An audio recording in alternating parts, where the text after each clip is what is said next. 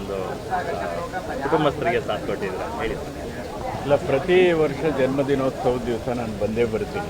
ಯಾವ ವರ್ಷವೂ ನಾನು ಅದನ್ನು ಮಿಸ್ ಮಾಡಿಕೊಂಡಿಲ್ಲ.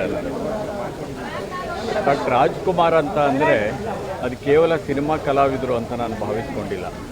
ರಾಜ್ಕುಮಾರ್ ಅವರು ಈ ನಾಡಿನ ಒಬ್ಬ ಸಾಂಸ್ಕೃತಿಕ ಕಾಳಜಿ ಇರುವಂಥ, ಸಿನಿಮಾ ಕ್ಷೇತ್ರದಲ್ಲಿದ್ದೂ ಸಹ ಸಾಂಸ್ಕೃತಿಕವಾಗಿ ಬಹಳ ಮಹತ್ವದ ಕೊಡುಗೆಯನ್ನು ಕೊಟ್ಟಂತಹ ಒಬ್ಬ ಕಲಾವಿದರು. ಅವರು ಕೇವಲ ಕಲಾವಿದರಲ್ಲ, ಅವರೊಂದು ಮಾತು ಹೇಳಿದ್ದಾರೆ, ಮಾನವೀಯತೆಯ ಮೌಲ್ಯದ ಪ್ರಯೋಗಶಾಲೆಯಲ್ಲಿ ಯಾರು ತೇರ್ಗಡೆ ಆಗ್ತಾರೆ ಅವರೇ ನಿಜವಾದ ಮನುಷ್ಯರು ಅಂತ ಒಬ್ಬ ನಿಜವಾದ ಮನುಷ್ಯ, ಆ ಮನುಷ್ಯನ ಕಾಳಜಿ ಇದೆಯಲ್ಲ ಅದು ಬಹಳ ಮುಖ್ಯವಾದ ರಾಜ್ಕುಮಾರ್ ಅವರಿಗೆ.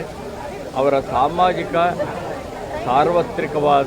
ಸಾರ್ವಜನಿಕವಾದ ನಡೆನುಡಿ ಇದೆಯಲ್ಲ ಅದು ಎಲ್ರಿಗೂ ಮಾದರಿ. ಯಾರಿಗೊಂದು ತಾರಾಮೌಲ್ಯ ಬರುತ್ತೆ, ಅವರು ಹೇಗೆ ಸಮಾಜದಲ್ಲಿ ನಡ್ಕೊಳ್ತಾರೆ ಅನ್ನೋದು ಬಹಳ ಮುಖ್ಯ.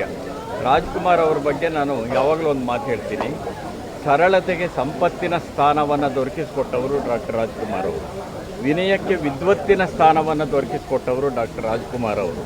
ಹಾಗಾಗಿಯೇ ಅವರು ಕಲಾವಿದರಾಗಿ ಅವರು ಸಾರ್ವಕಾಲಿಕವಾದಂಥ ಒಂದು ಪ್ರತಿಭೆ, ಮನುಷ್ಯರಾಗಿ ಬಹಳ ಮುಖ್ಯವಾದಂಥ ಮಹತ್ವದ ಕೊಡುಗೆಯನ್ನು ಕೊಟ್ಟವರು, ಸಾಮಾಜಿಕವಾದ ಅನೇಕ ಕಾರ್ಯಗಳನ್ನು ಮಾಡಿದವರು. ಆ ಕಾಲದಲ್ಲಿ ಪೊಲೀಸ್ ಕಲ್ಯಾಣ ನಿಧಿಗೆ 65 ಲಕ್ಷ ರೂಪಾಯಿಗಳನ್ನು ಸಂಗ್ರಹಿಸಿಕೊಡ್ತಾರೆ. 1961-62ರಲ್ಲಿ ಇಡೀ ನಾಡನ್ನು ಸುತ್ತಿ ಪ್ರವಾಹ ಪರಿಹಾರ ನಿಧಿಗೆ ಸಂಗ್ರಹ ಮಾಡಿಕೊಡ್ತಾರೆ.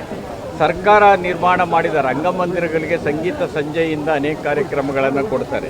ಹೀಗಾಗಿ ಅವರು ಸಾಮಾಜಿಕವಾಗಿಯೂ ಬಹಳ ಮಹತ್ವದ ಕೆಲಸ ಮಾಡಿದ್ದಾರೆ, ಸಾಂಸ್ಕೃತಿಕವಾಗಿ ಬಹಳ ಮಹತ್ವದ ಕೆಲಸ ಮಾಡಿದ್ದಾರೆ. ಅಂಥವರನ್ನು ಜ್ಞಾಪಿಸ್ಕೊಳ್ಳೋದು, ಅವರಿಗೆ ಗೌರವ ಕೊಡೋದು ನಮ್ಮ ಸಾಮಾಜಿಕ ಜವಾಬ್ದಾರಿ ಅಂತ ನಾನು ಭಾವಿಸ್ಕೊಂಡಿದ್ದೇನೆ.